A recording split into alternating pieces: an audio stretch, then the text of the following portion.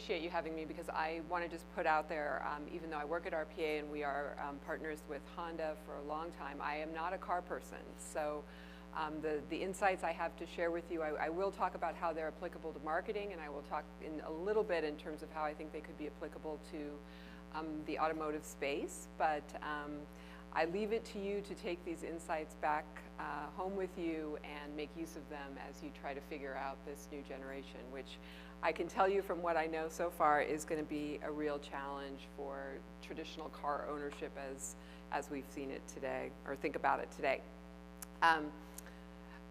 You were so kind to already introduce me. I have spent the last 20 years of my career trying to understand why people think, feel, behave the way they do. And that's all been in an effort to sell them things, I'll be honest with you. But my interest in Gen Z comes out of sort of a more personal space. I actually am the parent of 2 Gen Zers. So I have a 20-year-old daughter and an almost 18-year-old son. And I can tell you from personal experience that they are very different from you and I at that age. And it was really in trying to understand that difference that was sort of the genesis of this research project. One of the very first Gen Zers that we sort of met with and talked to as part of our research was a girl named Ashley. And Ashley, as you can see from her Instagram, is a wonderful girl. She's a wonderful sister, daughter, babysitter to her little brother, granddaughter, niece, all those great things. She's all around just a terrific person.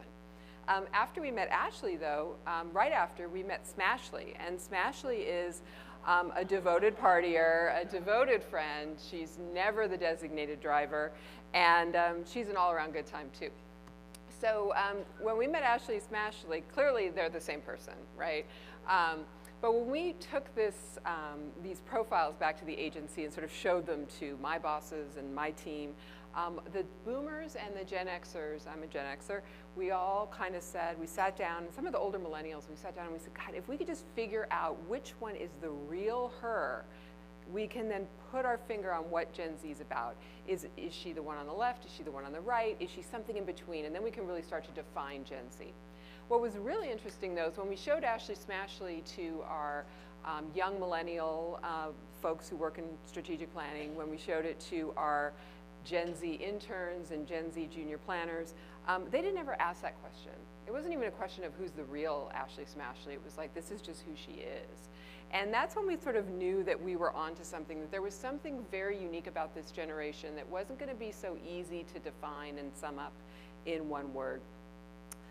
When we talk about Gen Z from the purposes of our study, which I'll show you a link to at the end if you want to read the whole thing, we're talking about kids born between 1995 and 2009, and there are a lot of them. There's 23 million, and soon they will be 20% of all consumers. So not only will we all be selling to them, we will all be working with them and sitting on the bus with them and trying to buy houses with them and all kinds of things with them.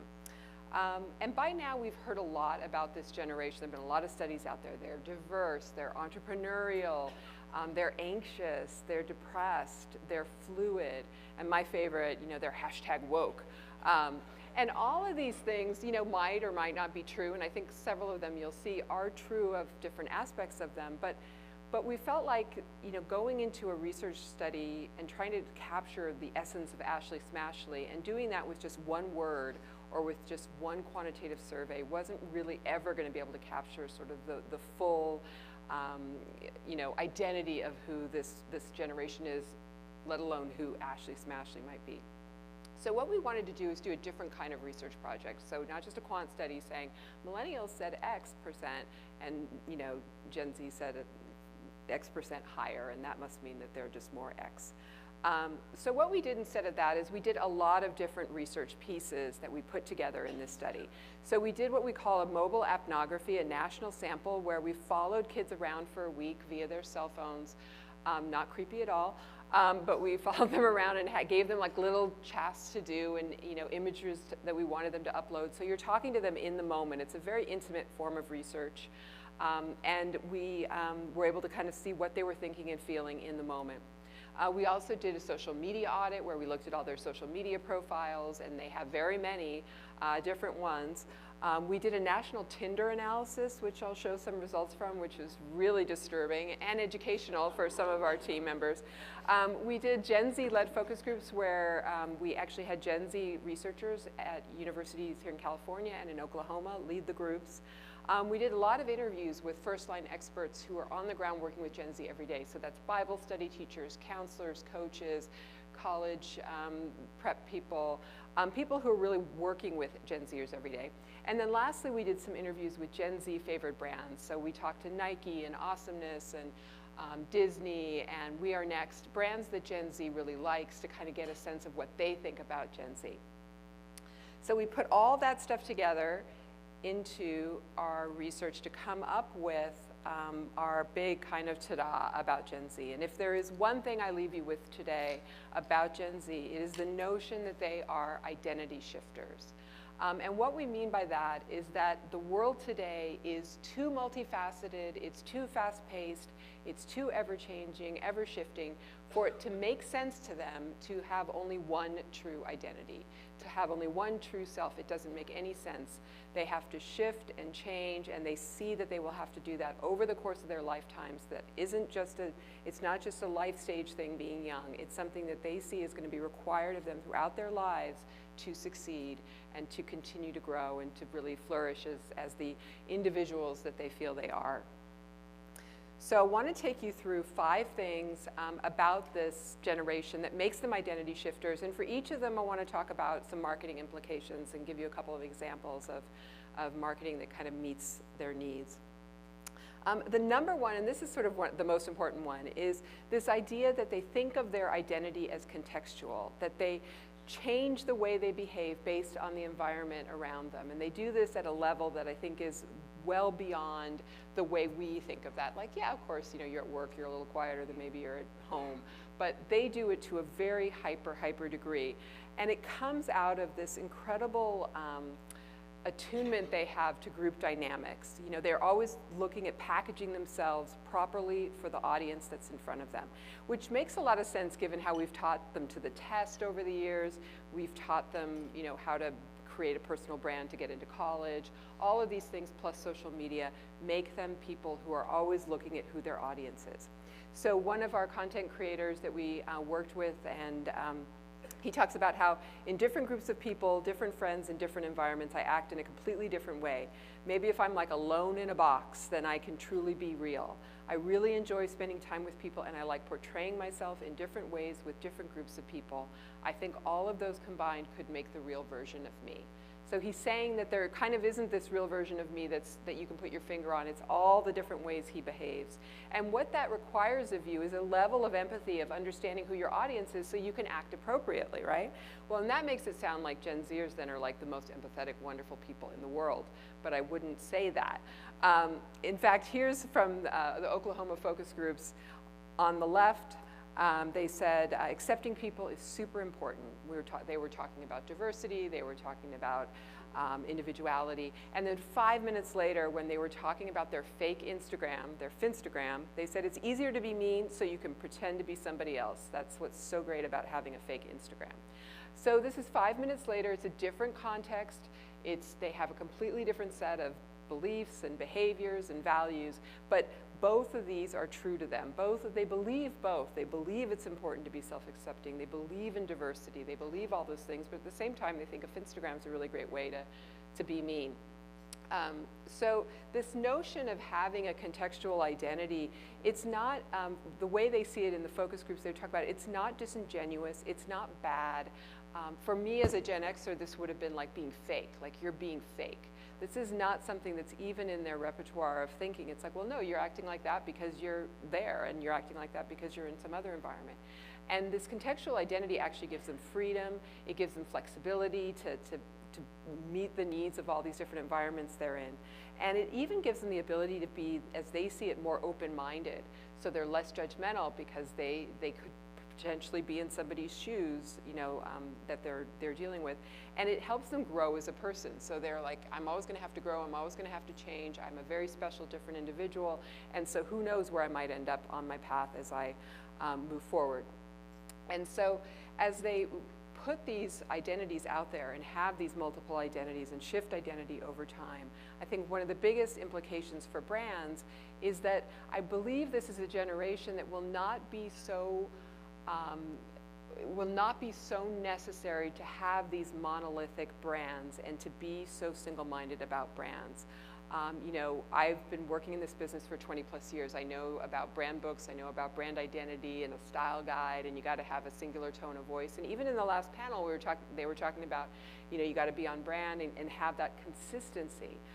I think what I'm going to argue with this generation and with where the world is going, that they require a lot less of that consistency. If you talk to them appropriately in the right environment, speaking to the right aspect of who they are, they're going to give you a lot more leeway to stretch that brand and do things different with it. So what they might see online and social could be very different from what they might see on television, and I don't think they're going to have as big of a problem with it as some of us old-timers do. You know, you see this with brands like Apple and T-Mobile. You know, 10 years ago, like you saw that T-Mobile pink, you saw that Apple black text on white, and you knew that was kind of what those brands stood for. If you actually sit back now and look at the range of advertising that Apple puts out there against their different products and against their different, you know, segments, it's very different in its look, feel, and even tone, and even sort of emotional balance. And same with T-Mobile. So you see that more and more in brands. I think an implication certainly for the automotive industry, and again, I am so not an expert in your industry, so bear with me, but is the idea that as Gen Zers have these multiple identities, as they see themselves in different environments, living life in a different way, the idea of subscription, you know, car purchase, of buying into a subscription and being a truck person one week and being a moving van person the next week, or being a sedan person the next week, or an SUV the next week, seems like it would be really appealing to them. To lock them down in one monolithic brand with one model of car seems really against what they're about in the way they live their lives. Second one, authenticity doesn't equal real. So authenticity was the watchword of millennials. We all talked about it. It had to be authentic, it had to be real, transparent. You know, these were the kids who went through the financial crisis. They did not want you to lie to them. They wanted full transparency, warts and all. Authenticity is what's behind like every artisanal pickle maker shop that's like on the street in Brooklyn or Portland, you know. That's why we all have that, because of the millennials. It's all their fault, so you can blame them. What are we going to blame Gen Z for? Well, I want to introduce you to their idea of authenticity. I don't know if you've met her before. This is little Michaela. She is a huge star on Instagram. She has millions of followers. She's filming a music video. She's a big supporter of Black Lives Matter. People have very strong emotional relationships with her online. Gen Zers do. The interesting thing about little Michaela is she's not real. So she is a bot. Programmed by some group of people in a room somewhere, and whenever I think about who those guys, I assume guys, I shouldn't, guys and women might be, I'm a little creeped out. But so she is out there in the world operating, and she's completely artificial. Here's another young Instagram star, Shudu. Shudu is a skincare model, but she has no skin. She is also not real. She is a fake bot out there. And what's interesting about Shudu is she has really made her name through her partnerships with makeup brands. So she's building her identity through these partnerships with makeup brands, and she doesn't actually exist as we think of, you know, spokespeople existing. So Gen Z is very comfortable with these ideas of what it means to be real. It's like the connection to them is real, but they're not real in the traditional authentic sense. And one of the content creators we spoke with, Maddie Cattle, she had a really interesting way of talking about this, that her idea of authenticity isn't about the raw footage of her that's out there. It's about the intentional footage that she puts out, where she's edited it and cut it together to say exactly what she wants it to say. In a way, what she's presenting in her YouTube videos is a little bit like that intentionality of programming a bot and putting it out there as your personality or your identity. So she says, I feel like it's really hard to tell if you're being authentic when you know the many different sides of you, because which of them is authentic? So even this question of being authentic to them is like, how can you talk about it when I know there's so many parts of me? Are they all authentic? Can they all be authentic? I feel like I'm allowed to be the most authentic version of myself when I'm in front of the camera, because I can edit, I can script. But I can say whatever I want while it's rolling, as long as I go back and edit it later to fit whatever I want to present. So that's how she thinks about putting herself out in the world. And that's a very different idea of authenticity than like, hey, warts and all, like you gotta accept me. I mean, the idea of this to, again, a Gen Xer like myself, or like listening to punk music and, you know, screw the man, is this is like so antithetical to the way they think. Here's Aiden. Aiden says, you know, we have different, he's talking about social media, we have different accounts for different audiences. We make our accounts so we can please whomever will be viewing them. It is not possible to see the real person at the center of it. It's only a piece of the whole picture. They are still real, but being viewed from a way that you can't see the whole view. So again, this idea that their identities are shifting, their identities are all these multiple parts, and that there isn't necessarily this true, authentic self there in the center. So what does that mean for marketers when authenticity doesn't necessarily equal real? Well, the truth still matters, and this idea of having true relationships and true insights is really important. But doing it with fiction is a really powerful, you know, and storytelling is a really powerful way to reach this generation. So a really nice example of this is a couple of years ago, there was a social media darling in France, and Louise Delange, and she was like on all the social media profiles, and she was just had this wonderful life with her friends and family, always had a drink in her hand, et cetera, and people really loved her, made friends with her online.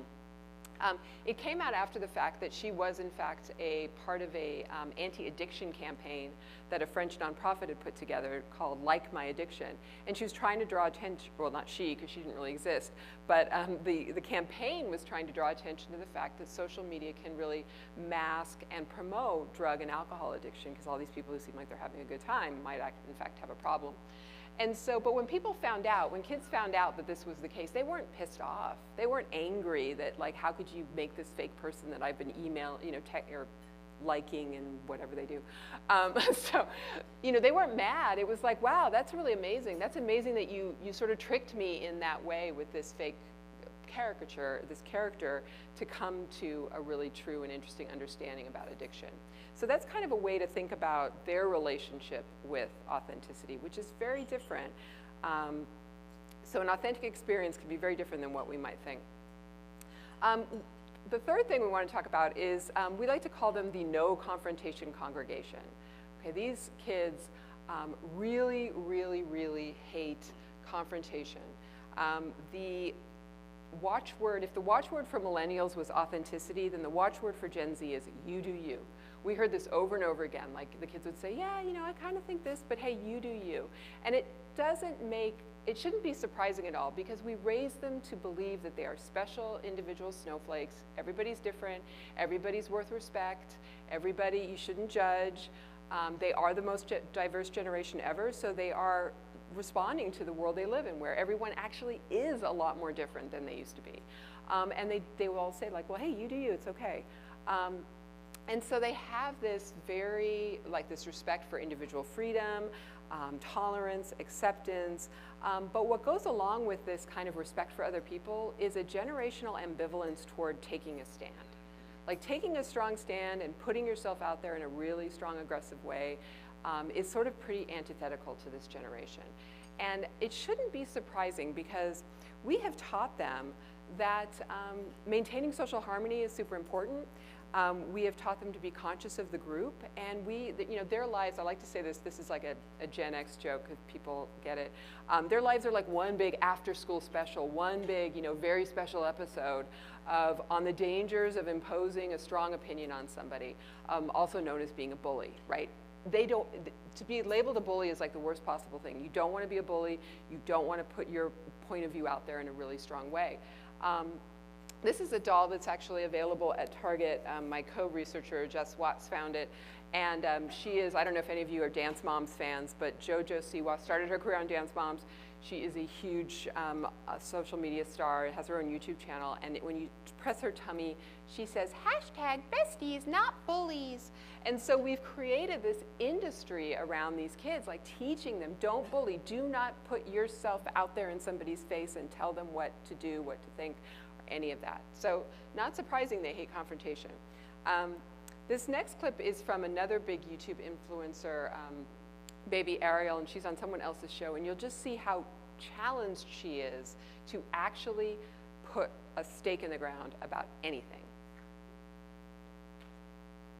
Okay, Basically, what you have in your hands is an aw sign and a nah sign. Okay. I'm going to be reading to you a bunch of different pictures, and you have to tell me whether it's an aw or nah. nah. Thigh-high Uggs with heels. Okay. See, it's like, I don't want to like come at someone for being like, you know, like, why do you like those? Tattoo of your significant other's face. No, I would never. Would you do it for $1 million? But see, that's Amber Rose, and if she wants to, Amber can do what she wants to do. But she's rocking it though. No.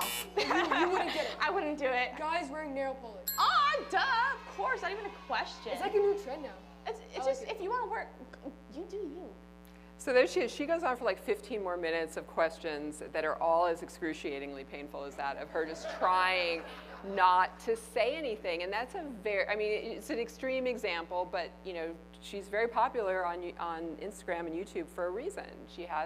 She's on the pulse of this generation. And you know, the stakes are high if you tick somebody off, if you get labeled a bully, right? So Sabrina says people will unfriend you if your belief is not the same as theirs. And when she's talking about unfriend, she's not just talking about social media, she's talking about like in real life, like this notion of being friendless, of being unfriended.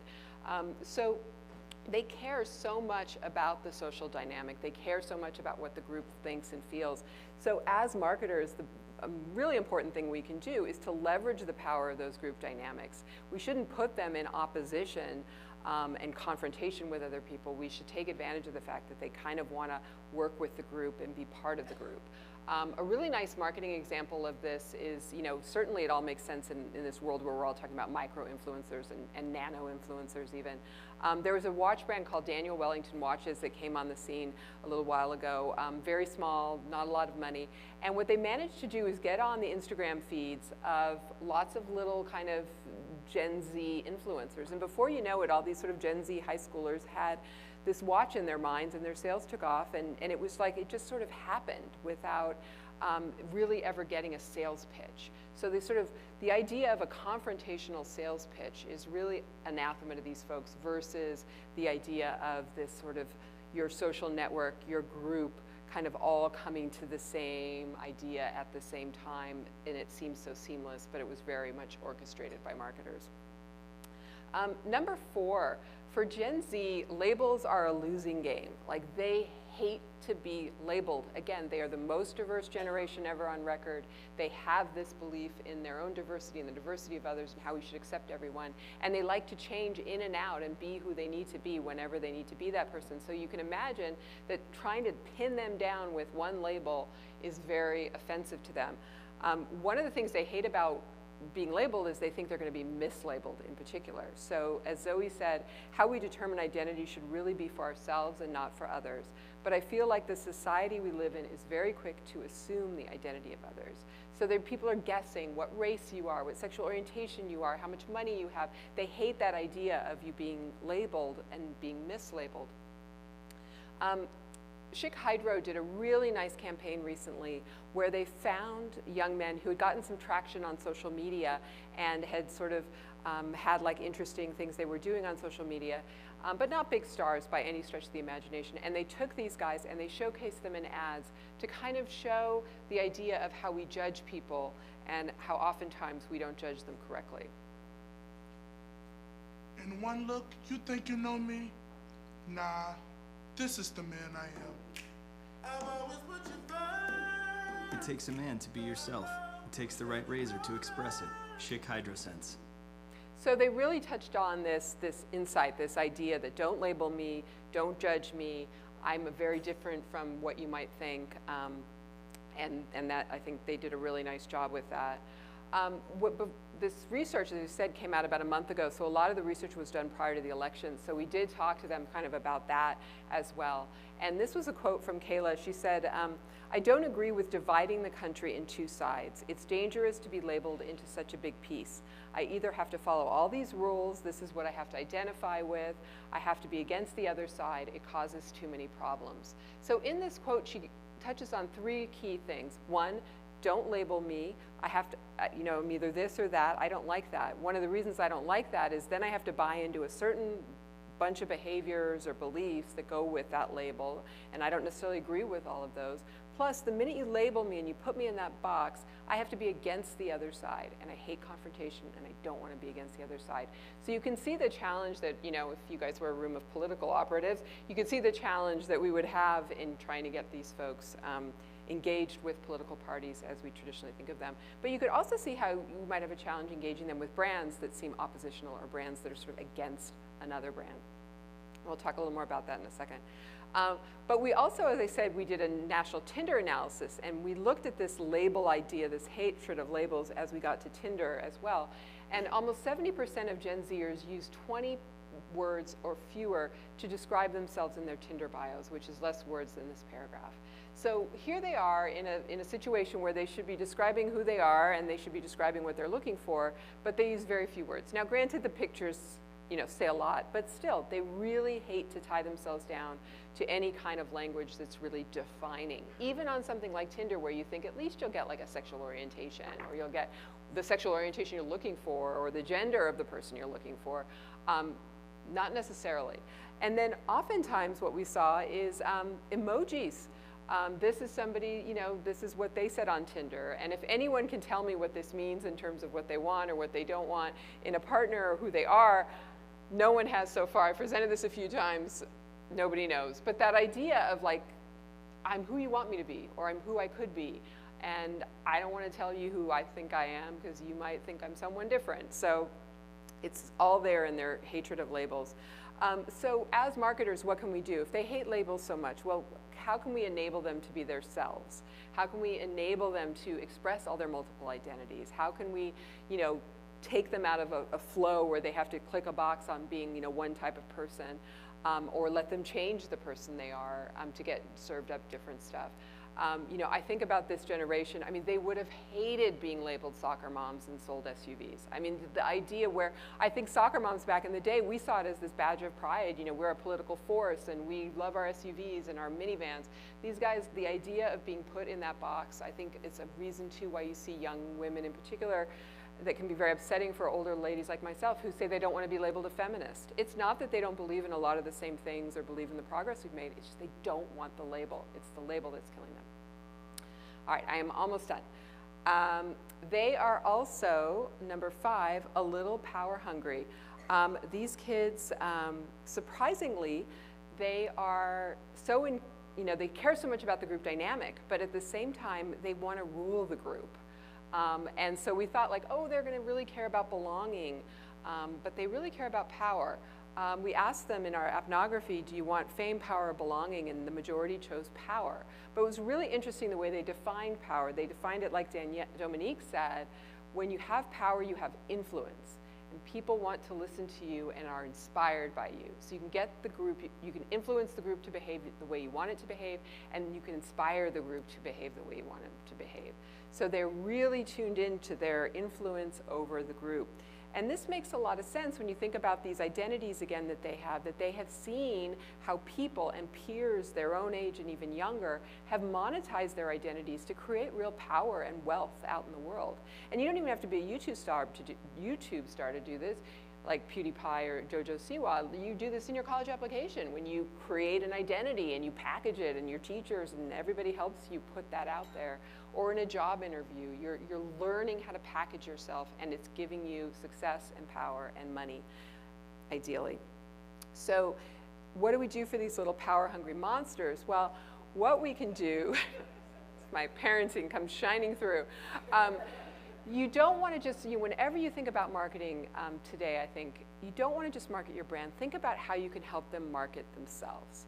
And that's a really big takeaway of this talk. You know, they are all seeing themselves as, you know, influencer marketing too just has such a, you know, it gets kind of tiresome, but they all really see themselves as brands in and of their self. And if you can raise their profile in some way, whether it's in real life or in social media, they really appreciate it and will really love your brand.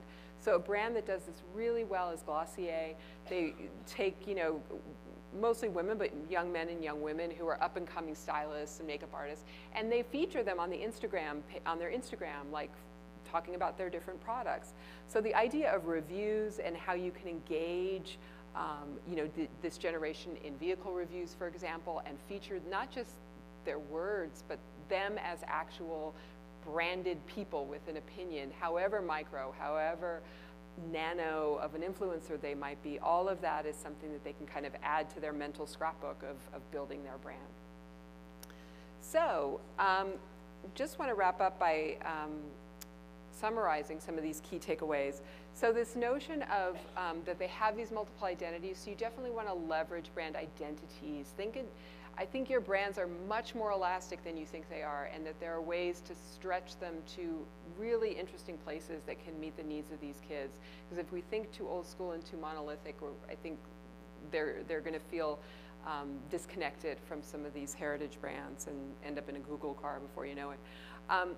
You don't have to be real to feel true. Things don't have to be real. You can tell stories. You can use bots. You can pull the wool over their eyes. If the insight underneath is true, then authenticity, then it's as authentic as it needs to be. So that's something to keep in mind in our storytelling. Leverage the power of group dynamics. They hate the hard sell. They hate the confrontation. They want to feel like it kind of just came to them within their social set. Avoid labels. Do not label them. Let them be themselves. Let them express who they want to be when they want to be it, and try to keep out of the label game. And then don't just market your brand. As I said, help them market themselves. They see their identities as sources of power and wealth and success. And I think we as marketers can kind of engage their little sub-brands in selling our brands. So our report is available, the full report is available at this URL. It's 90 pages. There's a lot of data in there, ranging from all kinds of different categories and their opinions on it. And it's really interesting. They're a fascinating group of kids. They give me hope for the future. And that's it.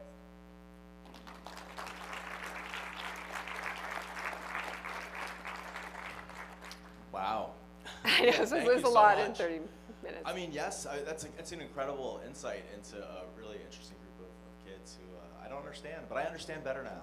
And I'm not sure how I feel about it yet, but wow, that was a lot of info. So it just, it challenges a lot of notions that we all grew up with, right? Anyway, we do not have time for questions, unfortunately. So Mia has agreed generously to